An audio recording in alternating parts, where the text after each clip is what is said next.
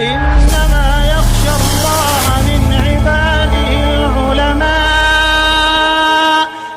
بسم اللہ الرحمن الرحیم. السلام علیکم ورحمۃ اللہ وبرکاتہ. دوستو، امید ہے کہ آپ حضرات خیر و عافیت سے ہوں گے. میرے عزیز ساتھیوں، آج آپ حضرات کی خدمت میں ایک بہت مشہور واقعہ اور دو بہت مشہور روایتیں اور ان سب کی حقیقت پیش کر رہا ہوں. اس ویڈیو کو دھیان اور توجہ سے دیکھیں، انشاءاللہ آپ حضرات کو بہت فائدہ ہوگا. اگر آپ ہمارے چینل پہ نئے ہیں تو چینل کو سبسکرائب بھی کر لیجئے، ویڈیو کو لائک اور شیئر کریں. لوگوں تک صحیح بات اور دین پہنچانے میں آپ حضرات ہماری مدد فرمائیں. تو کرتے ہیں آج کا ویڈیو شروع. سب سے پہلے واقعہ آپ حضرات کے سامنے پیش کیا جا رہا ہے، دھیان سے سنیں. حضرت ابو دجانہ رضی اللہ عنہ ایک صحابی ہے. وہ رسول اللہ صلی اللہ علیہ وسلم کے پاس تشریف لائے اور آ کے فرمانے لگے، یا رسول اللہ، میں رات کو اپنے گھر میں اپنے بستر پہ سوتا ہوں تو مجھے اپنے گھر کے اندر سے چکی چلنے جیسی آواز اور مدھو مکھیوں کے بن بناہٹ جیسی آواز سنائی دیتی ہے. میں اچانک سے جاگ جاتا ہوں اور اپنے گھر کے صحن میں آتا ہوں تو دیکھتا ہوں کہ ایک بہت اونچا لمبا کالا سایہ ہے جو صحن کے اندر موجود ہے. میں اس کو پکڑنے کے لیے چلتا ہوں تو وہ سایہ میری طرف آگ کے شعلے پھینکتا ہے، اور مجھے ایسا محسوس ہوتا ہے کہ یہ شعلے مجھے جلا ڈالیں گے. تو رسول اللہ صلی اللہ علیہ وسلم نے فرمایا کہ تمہارے گھر کے اندر جن ہیں، جنات ہیں تمہارے گھر کے اندر. تو رسول اللہ صلی اللہ علیہ وسلم نے حضرت ابو دجانہ رضی اللہ عنہ سے کہا کہ جاؤ کاغذ لے کے آؤ، قلم لے کے آؤ اور دوات لے کے آؤ. تو حضرت ابو دجانہ رضی اللہ عنہ یہ تینوں چیزیں لے کے آتے ہیں. حضرت علی رضی اللہ عنہ کو رسول اللہ صلی اللہ علیہ وسلم فرماتے ہیں کہ فلاں فلاں کلمات لکھ کے حضرت ابو دجانہ رضی اللہ عنہ کو دے دو تعویذ بنا کے. چنانچہ حضرت ابو دجانہ رضی اللہ عنہ وہ تعویذ لیتے ہیں اور پوچھتے ہیں، یا رسول اللہ مجھے اس کا کرنا کیا ہے؟ تو آپ صلی اللہ علیہ وسلم فرماتے ہیں کہ اس کو اپنے تکیے کے نیچے رکھ لینا. تو رسول اللہ صلی اللہ علیہ وسلم کے حکم کے مطابق اور ترتیب کے مطابق حضرت ابو دجانہ رضی اللہ عنہ اس تعویذ کو رات کو اپنے تکیے کے نیچے رکھ کے سو جاتے ہیں. تو اچانک آنکھ کھلتی ہے، گھر کے اندر شور ہے جیسے کوئی چیخ رہا ہو، چلا رہا ہو، اور حضرت ابو دجانہ رضی اللہ عنہ کو آواز لگاتا ہے، اے ابو دجانہ اس تعویذ کو باہر نکال لے، تکیہ کے نیچے سے نکال لو، ہم یہاں سے چلے جائیں گے، ہم کبھی آپ کو پریشان نہیں کریں گے، آپ کے گھر میں داخل نہیں ہوں گے. لیکن حضرت ابو دجانہ رضی اللہ عنہ کہتے ہیں کہ میں بالکل نہیں نکالوں گا. رسول اللہ صلی اللہ علیہ وسلم نے فرمایا ہے کہ تکیے کے نیچے ہی رکھنا. تو جنات کہتے ہیں کہ ہم جل رہے ہیں، خاک ہو رہی ہے، لہذا آپ جو ہے ہمیں بخش دیجئے اور یہ تعویذ یہاں سے نکال لیجئے. تو حضرت ابو دجانہ رضی اللہ عنہ وہ تعویذ نہیں نکالتے، چنانچہ وہ سارے جنات جل کے خاک ہو جاتے ہیں. یہ واقعہ آپ حضرات نے سنا ہوگا یا سنا نہیں ہوگا تو عملیات کی بہت سی کتابوں میں آپ حضرات نے پڑھا ہوگا، اور اگر خطیب حضرات سے نہیں سنا ہوگا اور نہ ہی کسی عملیات کے کتاب میں پڑھا ہوگا تو عاملین حضرات جو ہے ان سے تو ضرور سنا ہوگا. تو کیا ہے اس واقعے کی حقیقت میرے عزیز ساتھیوں؟ یہ رسول اللہ صلی اللہ علیہ وسلم پہ جھوٹ بولا جا رہا ہے، حضرت ابو دجانہ رضی اللہ عنہ پہ جھوٹ بولا جا رہا ہے، حضرت علی رضی اللہ عنہ پہ جھوٹ بولا جا رہا ہے. اور یہ جو عاملین حضرات ہیں تعویذ گنڈے کے کام کو جائز ٹھہرانے کے لیے اس کا سہارا لے رہے ہیں، اس روایت کا سہارا لے رہے ہیں. میں یہ نہیں کہتا کہ تعویذ بنانا جائز ہے یا ناجائز ہے، یہ نہیں کہہ رہا ہوں میں، لیکن یہاں اس روایت کے بارے میں بات پیش کر رہا ہوں میں. ورنہ قرآن کریم کی آیت کا اور احادیث نبوی صلی اللہ علیہ وسلم سے جو ثابت دعا ہے ان کو بطور تعویذ کسی ایمان والے کو وضو کی حالت میں پاک اور صاف رہتے ہوئے کسی کو دینا جائز لکھا ہے علماء نے. شرکیہ کلمات کا تعویذ یا دم وغیرہ جائز نہیں ہے، حرام ہے، بلکہ کفر تک پہنچا دیتا ہے. تو اس بحث میں یہاں پڑھنا نہیں چاہتا کہ جائز ہے یا نہیں ہے، صرف اور صرف روایت کے تعلق سے بتا رہا ہوں. یہ روایت موضوع ہے، من گھڑت ہے، بغیر سند والی ہے، کوئی اس کا اتا پتہ نہیں ہے. جہاں جہاں آپ اس روایت کو کتابوں میں پڑھیں گے تو وہاں اس کا یا تو حکم نہیں ملے گا یا ملے گا تو بغیر سند والی ملے گا یا من گھڑت میں ملے گا. سمجھ میں آ گئی نا؟ تو یہ روایت جو ہے بیان نہ کرے، نہ ہی اس پہ عمل پیرا ہو، نہ ہی عاملوں سے اس روایت کے چکر میں آ کے اپنے ایمان کا بیڑا غرق کرنا. سمجھ میں آ گئی نا بات؟ اب دوسری روایت سن لیجئے. یہ تو واقعہ ہو گیا، اب روایت سنیں.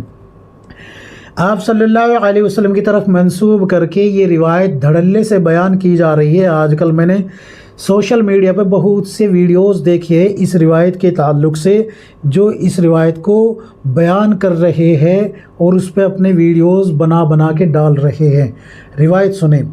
رسول اللہ صلی اللہ علیہ وسلم کی طرف منسوب کر کے یہ بیان کیا جاتا ہے کہ آپ صلی اللہ علیہ وسلم نے فرمایا کہ جس انسان کے اندر تکبر ہو، اس کے سامنے دوسرا آدمی تکبر سے اگر پیش آئے، یعنی کہ متکبر کے سامنے اگر تکبر سے پیش آئے تو یہ تکبر سے پیش آنا عبادت ہے.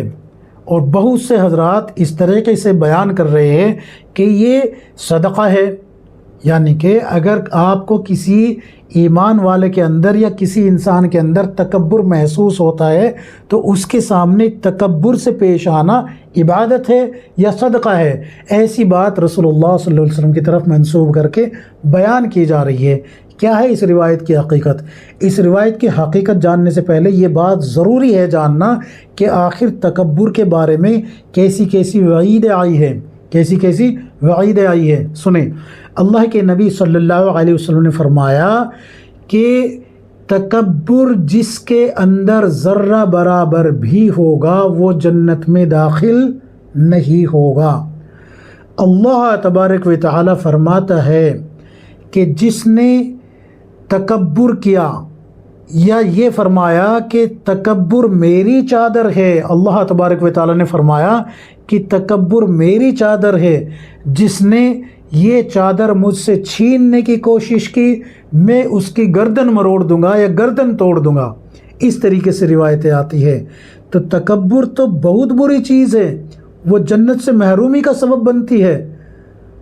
تو سوچے کہ رسول اللہ صلی اللہ علیہ وسلم نے ساری زندگی میں کبھی تکبر نہیں کیا، اور رسول اللہ صلی اللہ علیہ وسلم نے صحابہ اکرام میں سے کسی کو تکبر کرنے کو نہیں کہا، بلکہ تکبر کی نفی کی ہے.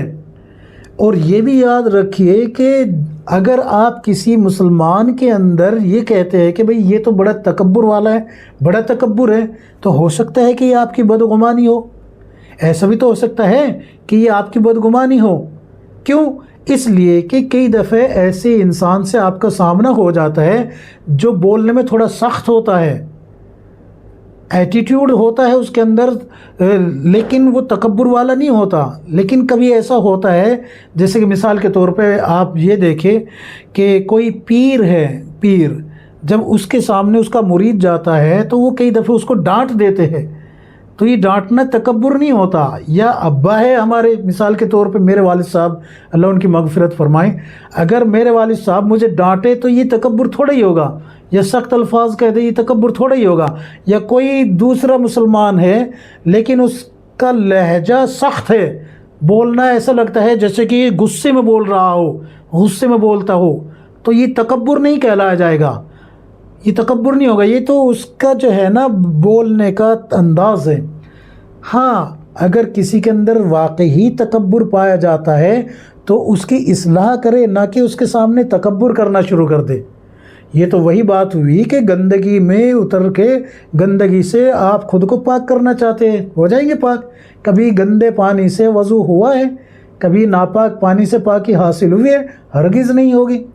تو میرے عزیز ساتھیوں، ویسے ہی تکبر ہے. اگر کسی کے سامنے آپ تکبر سے پیش آئیں گے یہ سمجھ کے کہ بھئی اس کے اندر تکبر ہے اور اس کو عبادت سمجھیں گے تو یہ کھلی گمراہی ہے. تو اس روایت کی کوئی حقیقت نہیں ہے، بالکل من گھڑت بات ہے. اس کو جو ہے نا بالکل بھی بیان نہ کریں.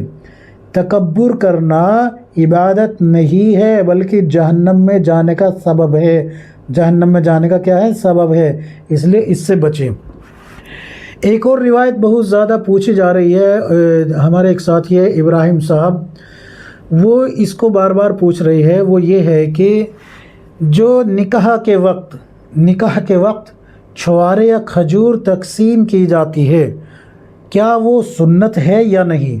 تو دیکھیے، آپ غیر معتبر روایات کا فنی جائزہ کتاب کھول کے دیکھیں. اسی طریقے سے آپ جو ہے من گھڑت روایات پر تعقب حضرت حکیم الامت مولانا اشرف علی تھانوی رحمۃ اللہ علیہ کی کتاب کھول کے دیکھیں. اسی طریقے سے حضرت مولانا رشید احمد گنگوہی رحمۃ اللہ علیہ کی کتاب کھول کے دیکھیں. اسی طریقے سے حضرت مولانا یونس جون پوری رحمۃ اللہ علیہ کی کتاب کھول کے دیکھیں. ان تمام کتابوں کے اندر اس روایت کو کہ چھوارے تقسیم کرنا سنت نکاح کے بعد یہ بالکل من گھڑت بات ہے، اس کی کوئی اصل نہیں ہے، اس کو بیان نہیں کر سکتے، نہ ہی اس کو سنت سمجھ کے عمل کرنا چاہیے. ہاں نکاح کے بعد اگر آپ چاہیں کوئی میٹھی چیز تقسیم کر سکتے ہیں، لیکن اس میں بھی 3 چیزوں کا دھیان رکھیں.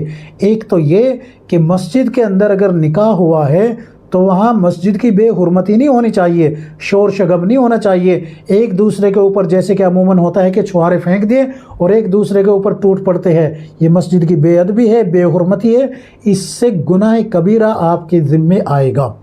دوسری بات، اس کو سنت سمجھ کر کبھی بھی جو ہے تقسیم نہیں کرنا چاہیے.